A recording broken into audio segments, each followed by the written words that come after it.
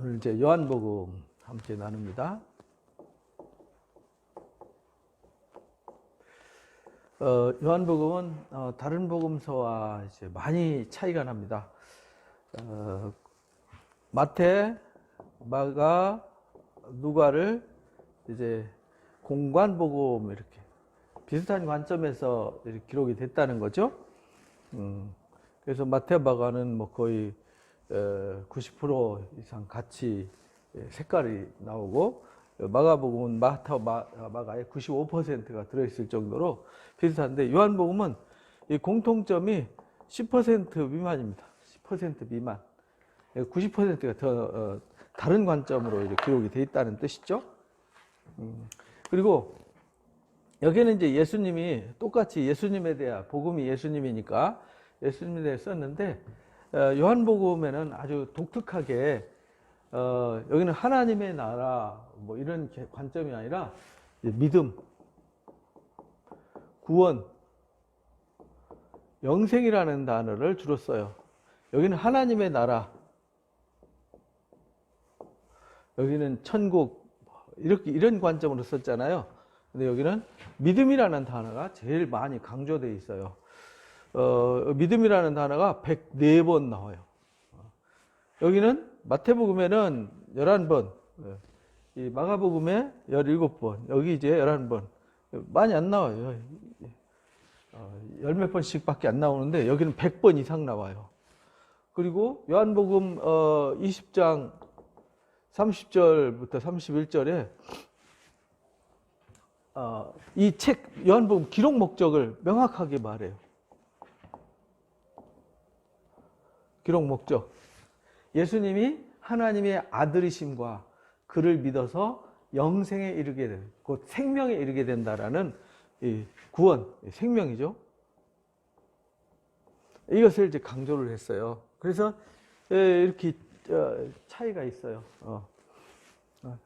왜 그런가 하면 마태, 마가, 누가는, 마태는 유대인들 관점에서 썼다 그랬잖아요. 마가복음은 로마, 누가복음은 이방 세계를 향한 거라 그랬잖아요. 이방, 로마. 뭐 물론 로마도 이방이지만 핍박받는 사람들을 향해 썼던 거고, 요한복음은 사도 요한이 지금 이제 마태가 썼고 마가가 썼고 누가가 썼는데 요한복음 마가도 요한이 썼어요. 그래서 요한복음이에요. 근데 기록 시기가 요거는 주로 이제 60년대에서 70년대 사이에 쓰였단 말이에요. 근데 여기는 이제 90년대 이후에 쓰여져요. 요한복음, 요한 1, 2, 3서, 요한계시록 다 이제 1세기 말에 쓰여져요. 그러니까 여기는 이미 막 형성되어 가는 교회. 예수님이 30세에 부활 승천하시니까 BC 4년을 탄생 기점으로 봤을 때 30세에 승천하시잖아요. 그러면 이제 예수님이 복음이 전해지기 시작한 지 이제 3, 40년? 복음이 전해진 후 3, 40년 후지만 여기는 벌써 60, 70년 후잖아요. 상당히 긴 세월이 흘렀죠.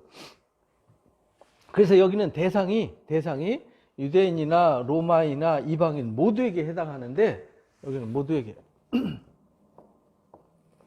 근데 모두인데 누구냐면 이미 형성된 교회. 형성된 교회. 이미 복음이 들어가서 교회 공동체가 어느 정도 형성되어 가지고, 여기서 말하는 예수님이 누구냐라는 관점과 여기서 예수님 누구냐는 관점은 완전히 달라요. 여기서는 예수님을 조심스럽게 소개하잖아요. 사람들한테 내가 누군지 말하지 마. 그래가지고 가이사랴 빌립보에서 베드로의 신앙 고백부터 내가 죽은 후에 다시 살아나야 된다 이렇게 말씀하시면서 예수님이 하나님의 아들 메시아임을 살짝 드러내고, 우회적으로 여기는 이제 귀납적으로 설명해 나가잖아요. 귀납적으로 설명해 나가는데, 여기 요한복음은 연역적으로 처음부터 1장 1절부터 태초에 말씀이 계시니라, 이 말씀이 하나님과 함께 계셨는데 이 말씀이 곧 하나님이야 라고 시작해서 아예 그냥 예수님이 누군지 예수님의 정체성이죠. 여기 이제 예수님이 누구냐? 예수님이 누구냐라는 부분을 아예 노골적으로 처음부터 선포를 해버려요. 그분은 태초부터 계셨어요. 말씀이세요. 그분이 창조자예요. 그분이 하나님의 아들이세요. 그분이 하나님이세요. 이렇게 1장부터 선언을 하고 나가요. 그래서 이제 다른 복음서와 확연히 차이가 있죠. 그래서 예수님이 누구냐, 오늘날 교회 안에서도 어느 정도 신앙의 뿌리가 있는 사람들한테 요한복음을 통해서 예수님이 누구냐는 영적 정체성, 이 정체성도 이게 이제 예수님이 영적인 정체성과, 그러니까 인성과 신성을 동시에 강조해서 예수님이 누구냐에 대해서 가르치고 있어요. 그러니까 이 부분을 이제 우리가 이제 공부를 하는 겁니다. 그래서 요한복음의 특징을 전체적으로 한번 살펴보도록 하겠습니다. 역시 요한복음은 믿음으로 구원에 이르고 영생을 얻게 되는 이 복음의 본질에 대해서 설명했다. 다른 복음에서는 이제 믿음으로 병을 고치고 믿음으로 능력을 나타내고 믿음으로 표적이 나타나고 이런 걸 강조했잖아요. 근데 여기는 예수 그리스도를 믿음으로 구원받는 구원의 섭리를 가르쳐 주셨어요. 그래서 예수님의 정체성에 대해서 이제 딱 지우고 다시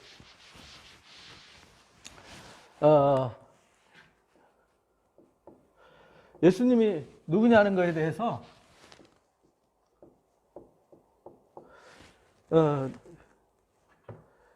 요한이 세례 요한이죠. 그리고 예수님 자신이 설명을 했어요. 여기는 이제 그분은 말씀 로고스이시다.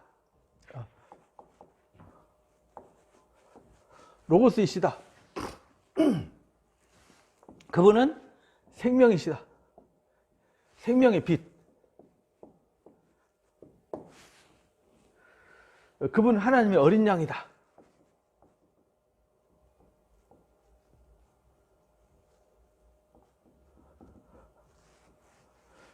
일장에서 가르치는 거죠. 그분은 하나님이시다. 독생하신 하나님으로 이렇게 표현하죠. 독생하신 하나님이시다. 이제 이렇게 세례 요한이 소개를 해요. 그래서 세상 죄를 지고 가는 하나님의 어린 양, 그는 말씀이시다. 그는 생명의 빛으로 이 땅에 오셨다. 그는 하나님이셨다. 이렇게 이제 설명을 해요. 근데 여기서 예수님 자신은 뭐라고 말하냐면 이제 6장에서 나는 생명의 떡이다.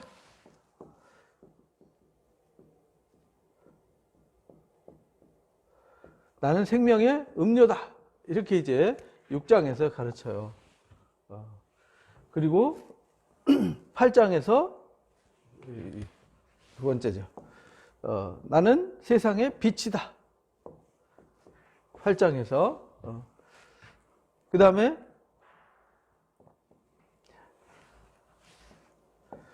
10장에서 나는 양의 문이다.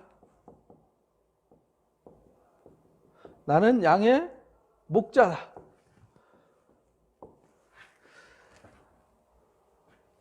그리고 11장에서 나는 부활이다.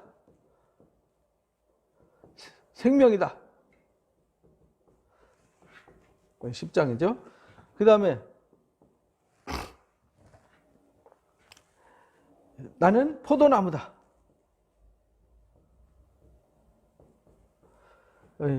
15장에서 이렇게 가르쳐요. 예수님은 생명의 떡이시고 생명의 음료이시고 빛이시고 양의 문이시고 양의 목자이시고 부활이고 생명이시고 포도나무세요. 그래서 예수님이 누군지에 대해서 정확하게 이 땅에 생명의 떡으로 오셨고 빛으로 오셨고 양의 문으로 오셨고 양의 목자로 오셨고 부활로 오셨고 생명으로 오셨고 포도나무로 오셨어요. 그리고 요한이 소개할 때는 그는 말씀이시고 그는 하나님의 어린 양이시고 그는 생명의 빛이시고 그는 하나님이세요. 이거를 정확하게 예수님의 영적 정체성. 그러니까 다 이게 예수님 한 분인데 역할이죠, 역할. 예수님의 이 땅 오셔서 하는 역할이 뭐냐면 자신을 내어주러 오셨어요. 떡으로. 우리가 먹어야 될 양식으로 오셨어요. 우리가 마실 음료로 오셨어요. 어둠의 세상에 빛으로 오셨어요. 우리가 하나님께 나아가는 유일한 문이세요. 성막에 보면은 문이 하나잖아요. 성전에도 문이 하나예요. 문을 통해서 꼭 하나님께 나가야 돼요. 양의 문도 문에 문지기가 있어서 양이 들어가며 나갈 때 이름을 불러서 문을 통해서 가야 되는데 담 넘어가면 다 도둑놈이에요. 양을 위해서 목숨을 내놓는 양의 목자로 오셨어요. 그리고 예수님이 부활이고 우리에게 생명을 주러 오셨어요. 그는 우리의 포도나무라서 우리가 주님께 꼭 붙어 있어야 돼요. 주님 떠나 있으면 안 돼요.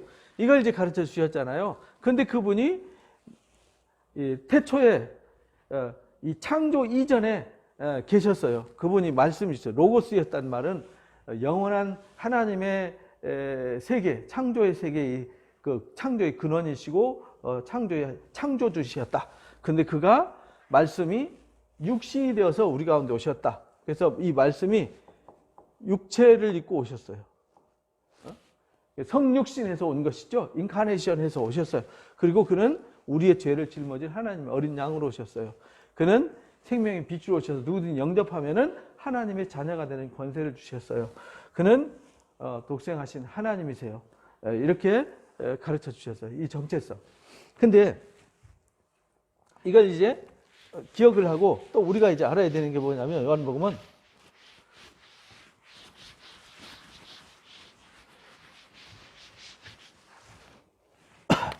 첫 번째는 요한복음 기록 목적, 그 다음에 예수님의 정체성, 아예 처음부터 연역적으로 딱 선포하고 들어갔다 그랬잖아요.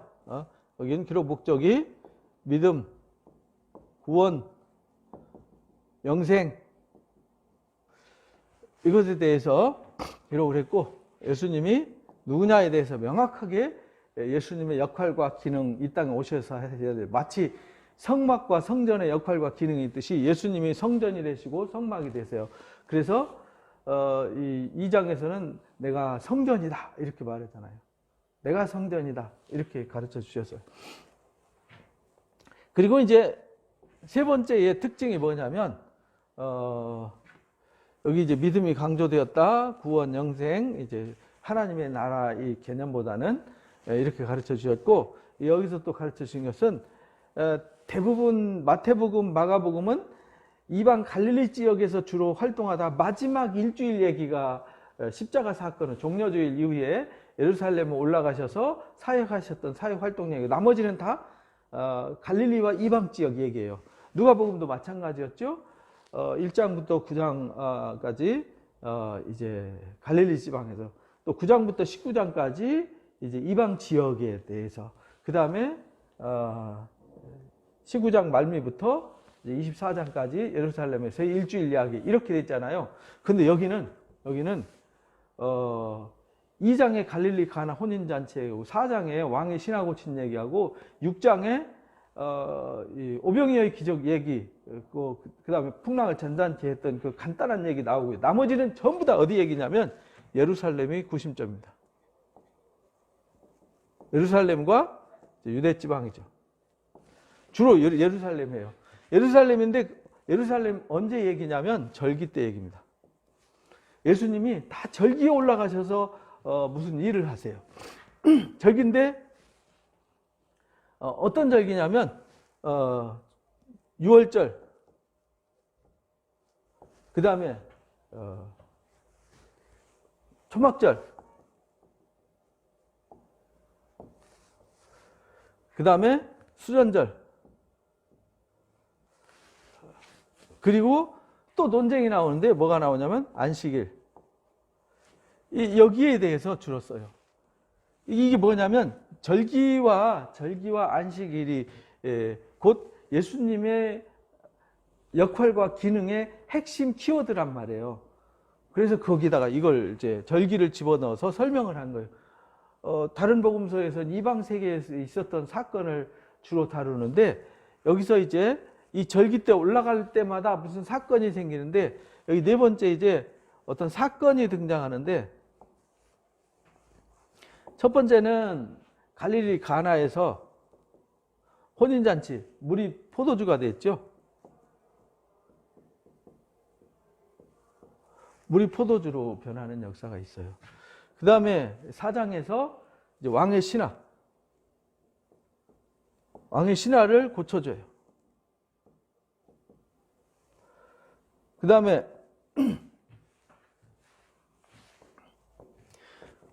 베데스다 연못에서 38년 병자를 고쳐줘요. 이건 5장, 여기는 4장, 여기는 이제 2장.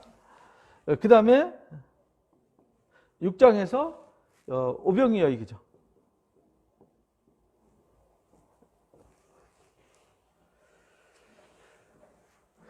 그리고 9장에서 눈먼 분, 맹인 되신 분을 치유하세요. 그리고 11장에서 나사로의 부활 사건이 있어요. 그리고 7번째, 예수님 자신이 부활하세요. 이래가지고 이 7가지 사건이 결국은 뭐냐면, 예수님이 누구냐는 이 정체성, 기록 목적과 정체성, 그 다음에 왜 굳이 예루살렘에서 했느냐라는 것을 여기 이제 해명해 주는 사건이에요. 그래서 예수님이 예루살렘이 진리의 성읍이잖아요. 거기서 하나님의 시온이에요. 거기서 하나님의 언약의 역사가 있어요. 거기가 하나님의 성전이에요. 거기서 이제 성전의 주인 되시고 성전 되신 주님이 이 땅에 물이 포도주가 변하게 하러 오신 분이에요. 그분은 치유자로 오셨어요. 그분은 안식일에 이 베데스다 연못에서 안식일에 이 치유 사건을 일으킴으로 인해 가지고 논란이 생겼잖아요. 그래서 예수님을 죽이려고 하는 막 논란이 생겨요. 오병이어의 기적을 일으켰어요. 그래서 예수님은 이 땅에 생명의 떡으로 오셨어요. 다른 복음서에서는 오병이어의 기적만 설명하고 12광줄이 남았다라고, 이제 5,000명을 먹이고도 12광줄이 남았다라고 설명하는데, 여기에서는 이 떡을 먹이면서 아주 특이하게 설명을 해요. 예수님은 생명의 떡으로 오셨다, 생명의 음료로 오셨다 해서 이 생명의 떡으로 오신 예수님에 대해 설명해요. 그러니까 예수님의 정체성의 역할을 여기서 구체적으로 설명하는 거죠. 그 다음에 당시에 이제 소경이 눈을 뜨는 것이 곧 메시아의 표적이었어요. 그래서 그분이 진짜 그리스도, 메시아가 그리스도죠. 그분이 이제 부활로 오셨어요. 나는 부활이요 생명이니 해서 나사로를 죽은 자 가운데 살리세요. 그리고는 당신 자신이 죽었다가 살아나셔서 부활의 증인이 아니라 잠자는 자들 중에서 첫 열매로 등장하게 되는 것이죠. 이것이 이제 요한복음이에요. 근데 우리가 장 구조를 잘 살펴보면 1장부터 12장까지 13장부터 21장까지 구조로 돼 있어요. 근데 여기 13장에서 17장까지, 그 다음에 18장에서 21장 이렇게 구분이 돼요. 여기 1장부터 21장까지는 예루살렘으로 올라가서 마지막, 그러니까 여기 13장부터 21장까지 길게 나오는 이 스토리, 13장부터 17장까지가 이게 뭐냐면 최후의 만찬 얘기예요. 최후의 만찬. 그리고 여기 예수님이 잡히심, 그 다음에 십자가 지심, 그 다음에 부활하심, 그리고 부활하셔서 제자들한테 목양을 부탁하는 스토리가 나오죠. 이렇게 나오고, 여기 1장부터 12장까지 사건 상황이 쭉 훑어가는데, 1장에는 예수님이 누군지 설명하면서 예수님이 세례 받으시고 이 땅에 말씀으로 오셨고 생명의 빛으로 오셨는데 영접지 않지만 영접하면 하나님 자녀가 돼요.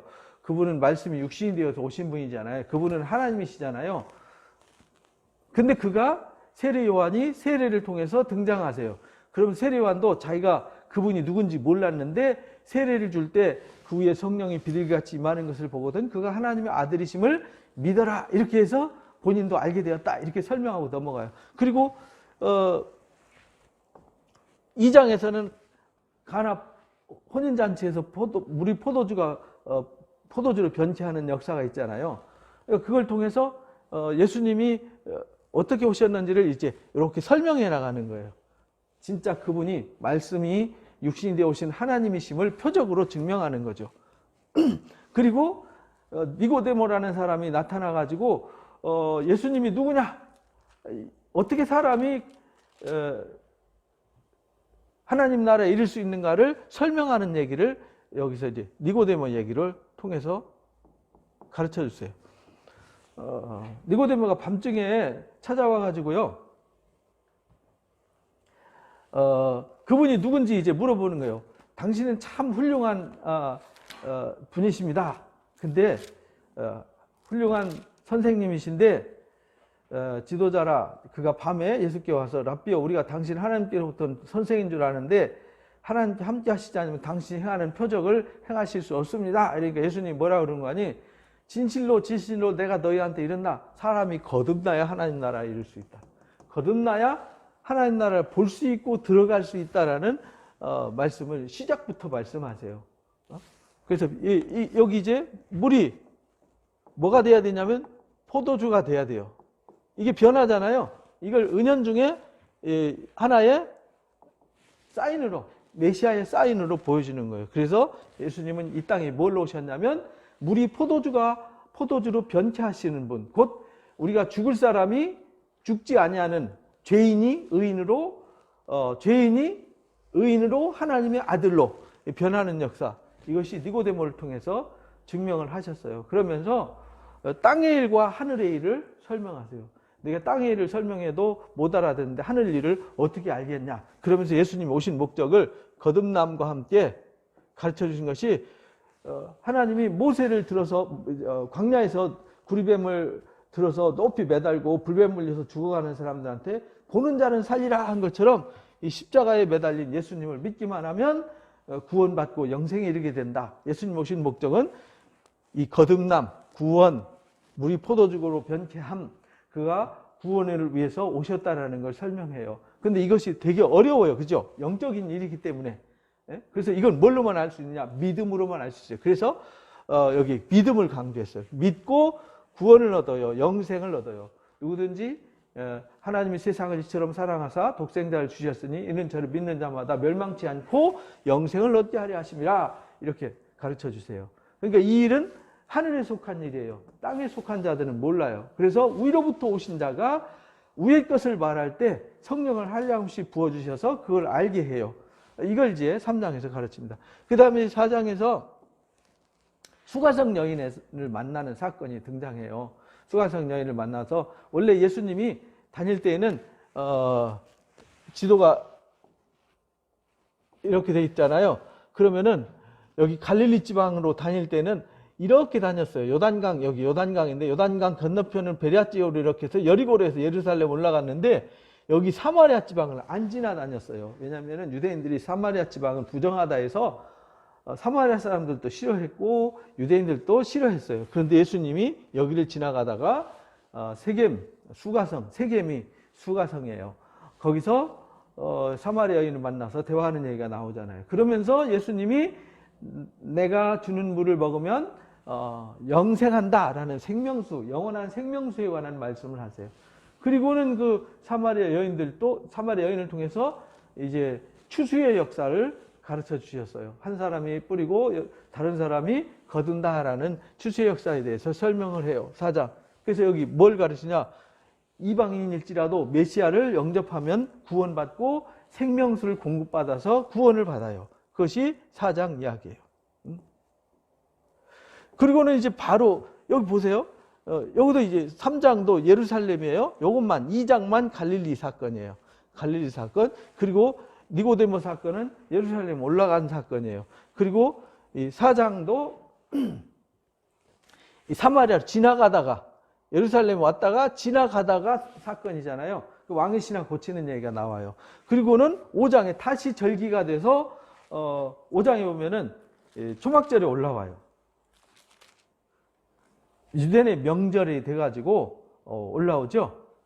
그래서 5장에 이제 명절에 올라와서 38년 병든 자를 고쳐요. 근데 안식일에 하필이면 이 사람을 고쳐요. 그래서 예수님이 안식일의 주인임을 우리가 마가복음과 마태복음에서도 배웠잖아요. 누가복음에서도.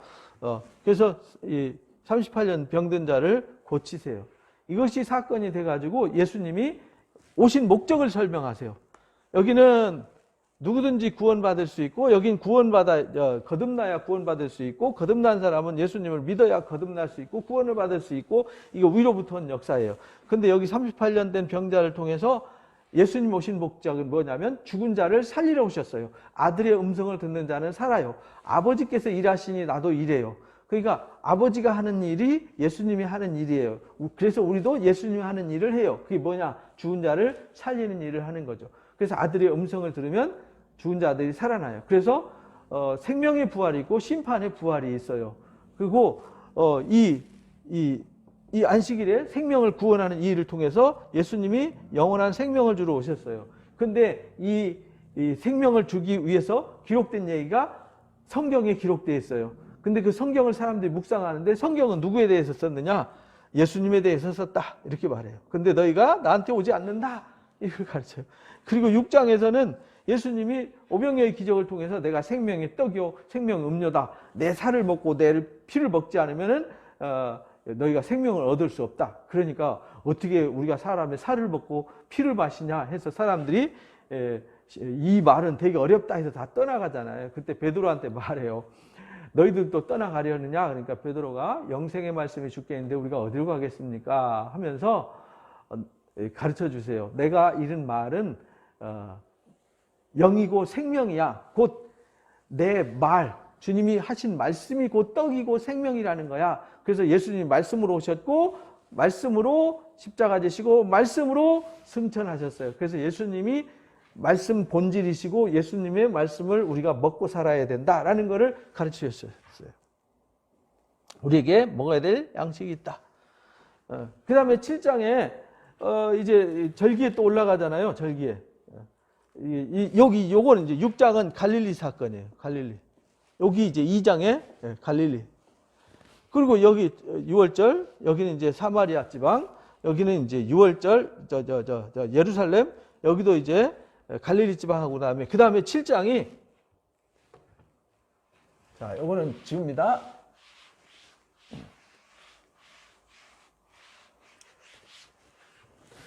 (7장이) 이제 초막절에 살그머니 올라가셔가지고 초막절이 뭐 하는 날이냐면 출애굽을 해가지고 광야에서 하나님께서 40년 동안 어떻게 인도하셨는지 잊지 말라고 하나님이 너희를 위해서 어떤 기적과 능력과 은혜로 거기서 먹이시고 입히시고 사랑으로 돌보셨는지 잊지 마라 하고 전 절기가 초막절이에요. 근데 이 초막절 절기 올라가는데 사람들이 죽이려고 그래요. 뭐 때문에? 38년 된 병자를 고친 이 사건 때문에. 그래서 사람들이 죽이려고 그래요. 안식일에 예수님이 생명을 살리러 오셨어요. 죽은 자를 살리러 오셨어요. 그래서 여기 이제 7장에 그 논쟁.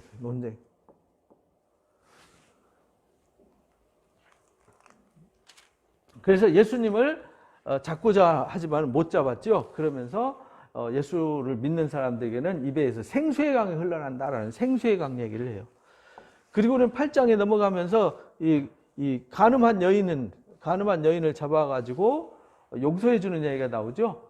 너희가 이 여자를 예수님을 시험하려고 잡아와서 현장에서. 근데 남자는 안 데리고 여자만 데리고 왔어요. 그죠?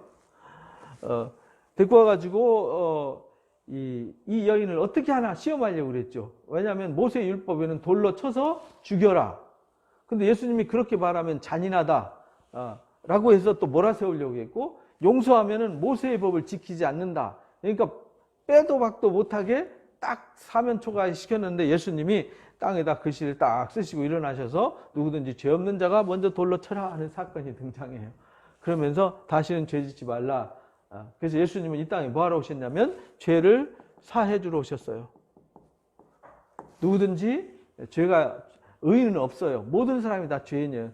돌 던질 사람 아무도 없어요. 그러나 누구든지 죄를 사하해 주실 수 있어요. 그러면서 이 가늠한 여인한테 예수님은 뭘로 오셨냐면 빛으로 오셨어요. 왜냐하면 이 여인은 잡혀왔으니까 죽은 거잖아요. 사망의 어둠 속에 갇혀 있는데 예수님이 빛이 되셔서 그 여인을 구원해 주셨어요. 그래서 예수님이 생명의 빛이라고 가르쳐 주시고 있는 것입니다. 그러니까 우리가 그 사실을 이제 깨달아야 되는 거죠. 그리고는 예수님이 생명의 빛이기 때문에, 하나님은 빛이시기 때문에 뭐가 없냐면 거짓이 없어요. 하나님은 거짓이 없어요. 완전하세요. 그런데 사탄의 역사는 처음부터 거짓의 역사예요. 거짓과 참 빛의 역사는 이렇게 대조가 되는 거죠. 예수님은 거짓이 없어요. 하나님께는 거짓이 전혀 없어요. 그런데 사단이는 처음부터 거짓말을 했어요. 그래서 하나님께 속한 자들은 하나님의 말씀을 들어요. 그러니까 빛으로 오는 사람들은 하나님의 말씀을 들어요. 그런데 사탄이는 하나님께 오지 않는 자들, 유대인들 말씀을 듣지 않는 그들은 하나님의 자식이 아니라 마귀 자식이다 라고 가르쳐요. 그 다음에 9장에 한 사건이 생기죠. 실로암에서 사건이 생기는데 맹인이에요. 맹인을 눈뜨게, 아까 여기 설명을 쭉 했었죠. 메시아의 표적 사건 7개. 그래서 이 사건으로 하나의 메시아의 표적을 보여주신 거죠. 이 사건 때문에 또 예수님을 또 죽이려고 해요. 이 38년 된 병자 사건과 그 다음에 실로암 사건을 인해 가지고 죽이려고 해요. 근데 이 실로암 맹인을 통해서 예수님이 오신 목적이 무엇인지를 다시 한번 가르쳐 주셨어요. 그 다음에 10장을 통해서 예수님이 양의 문이에요. 양의 목자예요. 양의 문으로 목자로 오셔서 예수님은 구원의 문이세요. 예수님을 통하지 않고는 아무도 아버지께 갈 자가 없어요. 예수님이 이 땅에 양을 위해서 생명을 내놓으러 오셨고 양을 더 풍성하게 하러 오셨어요. 그 사실을 10장에서 가르쳐 주셨어요. 그러니까 우리는 양의 목자에 관한 사건 얘기는 우리가 너무 잘 아니까 넘어가고요. 그 다음에 11장에 나사로 사건이 나와요. 나사로가 죽었는데 부활하잖아요. 죽은 자를 살리시는 사건. 그러니까 여기에 38년 병자 예루살렘 올라가셔서 일으킨 사건이잖아요. 여기도 실로암도 예루살렘이에요. 가늠하던 현장에 잡힌 여인도 예루살렘이에요. 여기도 예루살렘이에요. 다 예루살렘이죠. 여기 2장과 6장, 4장, 2장, 4장, 6장 빼고요. 여기도 예루살렘. 예루살렘. 여기도 예루살렘. 그 다음에 여기도 예루살렘, 예루살렘, 예루살렘, 예루살렘. 그 다음에 여기는 예루살렘으로 올라가는 길목이죠. 베다니에서 예루살렘까지는 가깝습니다. 쉽게 말하면 남태령 고개만 넘어가면 서울이듯이 그렇게 이제 가까운 지역이에요. 그래서 이 나사로를 살리는 사건 때문에 여기서 이제 첫 번째 죽이고 싶었잖아요. 여기서 이제 실로암 맹인 고친 것 때문에 죽이려고 그러잖아요. 여기서 또 이제 이 사건 때문에 죽이려고 그래요. 그래서 점점 이 사건이 예수님을 죽이려고 하는 사건으로 올라가요. 그러면서 이제 12장에 예수님이 한 알에 죽어진 미랄로 이 땅에 오세요. 예수님에게 이 나사로의 사건 이후에 향유를 부어서 예수님이 십자가를 지시고 죽으실 것을 이제 예언하죠. 그리고는 예수님이 한 알에 죽은 미랄로 오셨음을 보여주세요.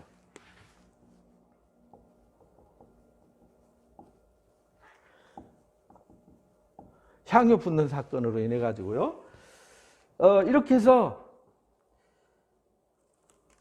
예수님이 예루살렘으로 올라가셔서 13장부터 여기 13장부터 21장까지인데 그 중에서 13장부터 17장까지 요게 사실은 요한복음의 키워드예요. 이 모든 하이라이트가 여기서 이제 예수님이 6월절 여기 다 예루살렘이죠. 6월 예루살렘, 예루살렘, 예루살렘, 예루살렘, 예루살렘. 여기 이제 7장부터 21장까지 전부 다 예루살렘 이야기예요. 안 내려가세요. 여기도 이제 5장 예루살렘, 예루살렘. 여기 2장, 4장, 6장 빼고는 전부 다 예루살렘 사건이란 말이에요.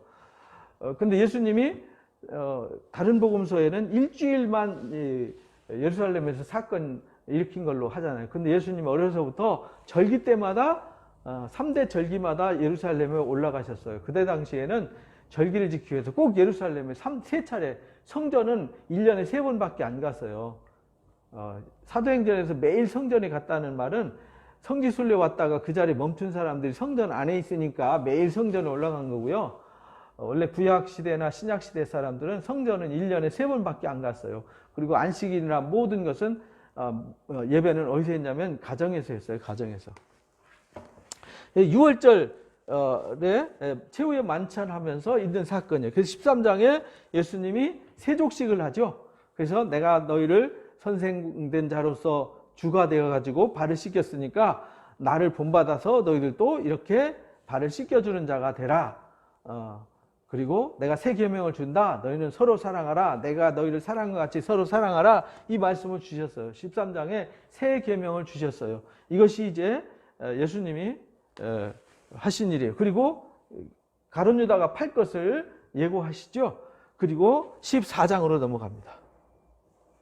14장으로 넘어오면 여기서 14장에 예수님이 간다라는 것을 공식적으로 선포하세요. 내가 가면 너 있을 곳을 예배하러 갈 거다. 내가 곧 길이고 진리고 생명이다 라는 말씀을 하세요. 그리고 지금까지는 내 이름으로 구하지 않았지만 이제부터는 내 이름으로 구하라고 하면서 6월절 만찬을 아주 구체적으로 13장, 14장, 15장, 16장, 17장까지 굉장히 긴 스토리가 기록이 되어 있어요. 다른 복음서에는 6월절에 성찬 예식하는 것만 가르쳐 주셨잖아요. 근데 여기서는 아주 길게 가르쳐 주셨어요. 그러면서 내 이름으로 구하라. 그리고 나를 사랑하는 자는 내 계명을 지켜야 한다.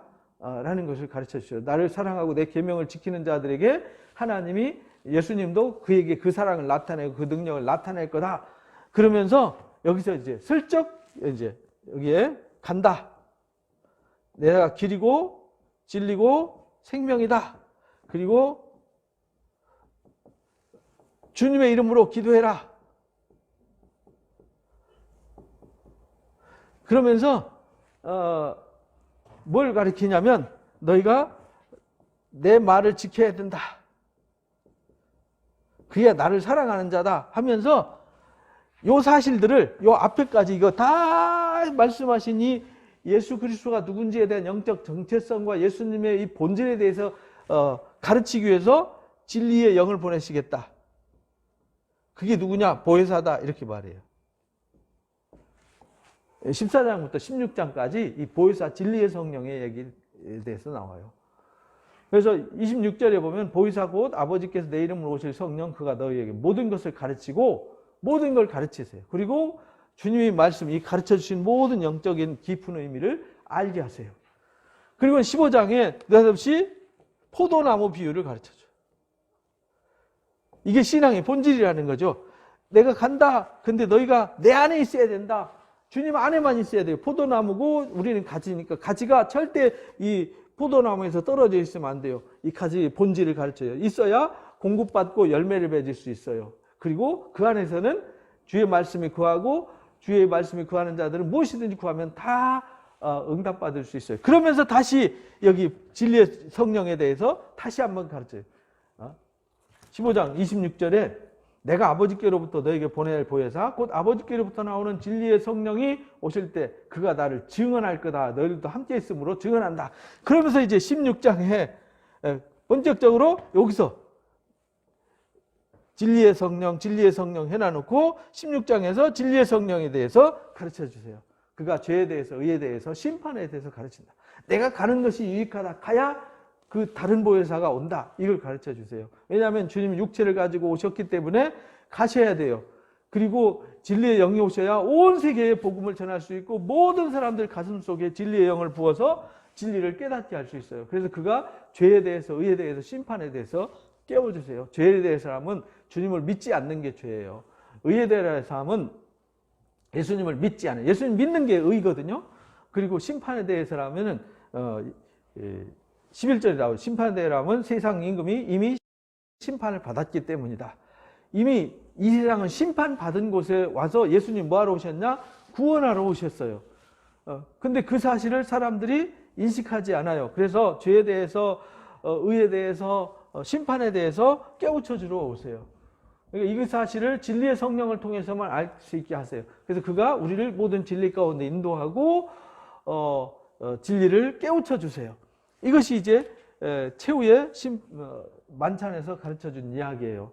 그러면서 17장에서 잡히시기 전에 마지막 기도하는 내용인데, 기도하는 내용의 핵심이 뭐냐면 아버지와 나를 아는 것이 곧 영생을 얻는 것입니다. 그래서 우리가 구원받고 영생을 얻고 생명에 이르는 유일한 길은 예수님을 온전히 알고 믿는 것이에요.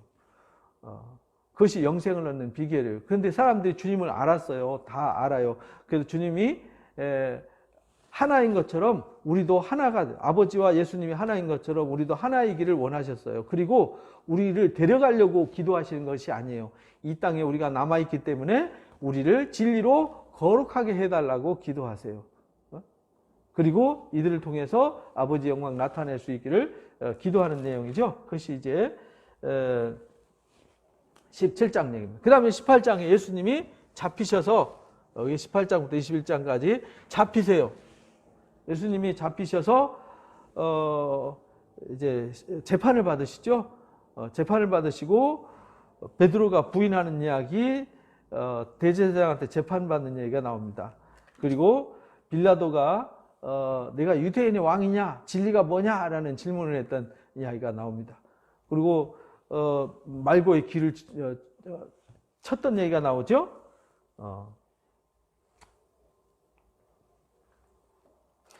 대제사장의 종의 길을 쳐서 그 종의 이름이 말고였더라. 칼 가진 자는 칼로 망한다 해가지고 칼을 꼽으라고 이제 가르쳐 주셨죠.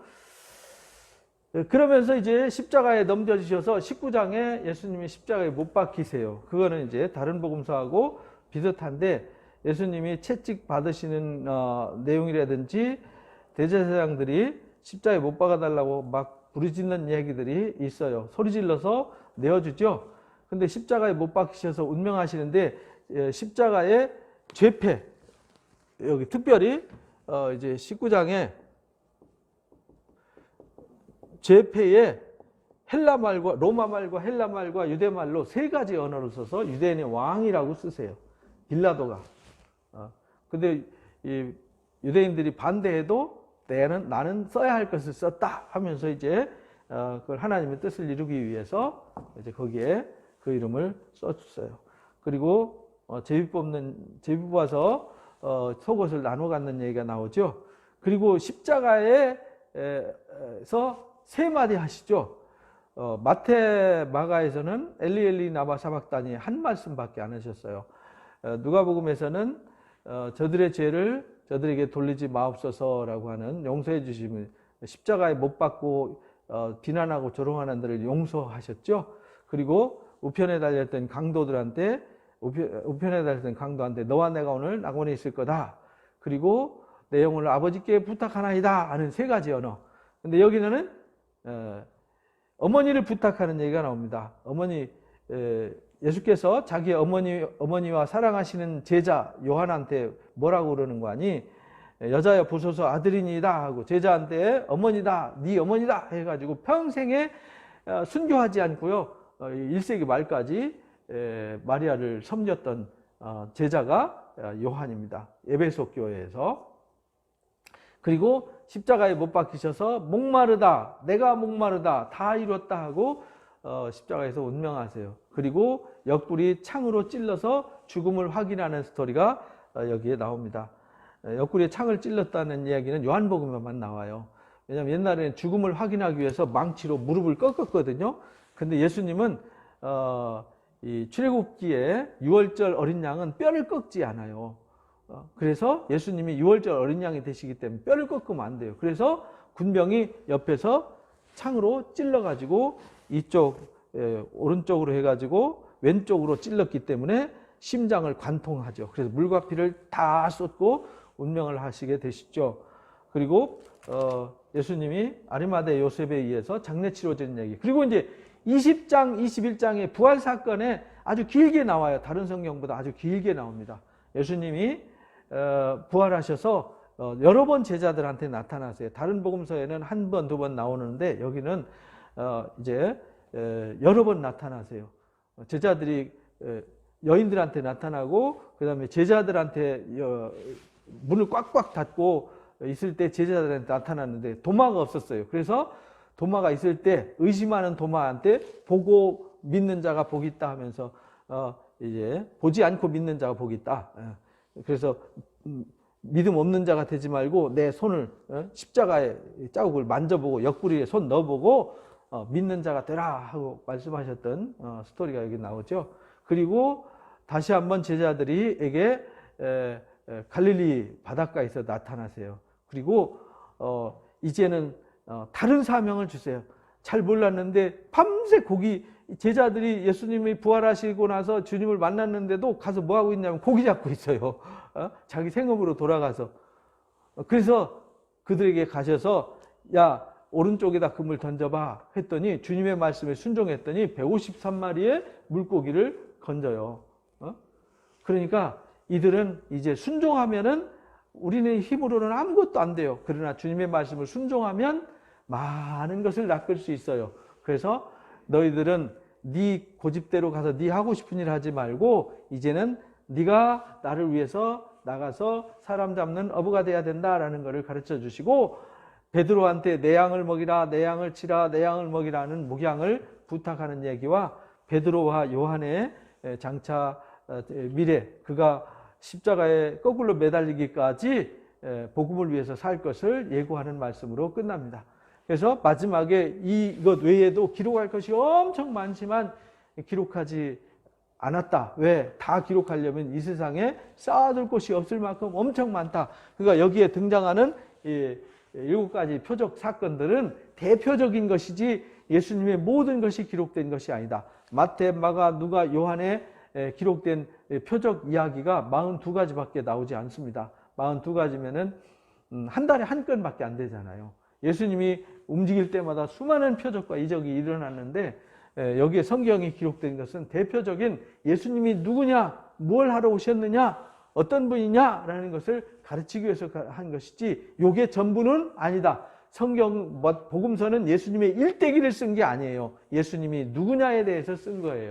그래서 우리는 성경을 보면서 이 요한복음은 이런 독특한 특징이 있구나 이걸 아시고요. 다른 복음서와 달리 예루살렘에 포커스를 맞춰서 예수님이 이 땅에 무엇으로 오셨는지를 가르쳐 주셨어요. 다른 성경에는 종말 설교 막 이런 거 많이 했는데 여기는 전혀 이렇게 달리 예수님이 14장과 13장부터 17장까지 최후의 만찬 때 예수님이 이 땅에서 하실 사역에 대한 미래의 비전을 가르쳐 준 것이 가장 중요했습니다. 그래서 여러분들이 요한복음을 천천히 읽어보시면은 어렵지만 사실은 좀 더 깊이 읽고 나면 제일 쉬운 성경이 또 요한복음일 수 있어요. 왜? 믿음으로 하나님의 아들이 누군지를 우리가 분명히 알고 읽으니까. 그래서 요한복음을 통해서 여러분들 예수님을 좀 더 깊이 알아가고 진리의 성령의 역사를 바로 알아가시기를 주님의 이름으로 축복합니다. 감사합니다.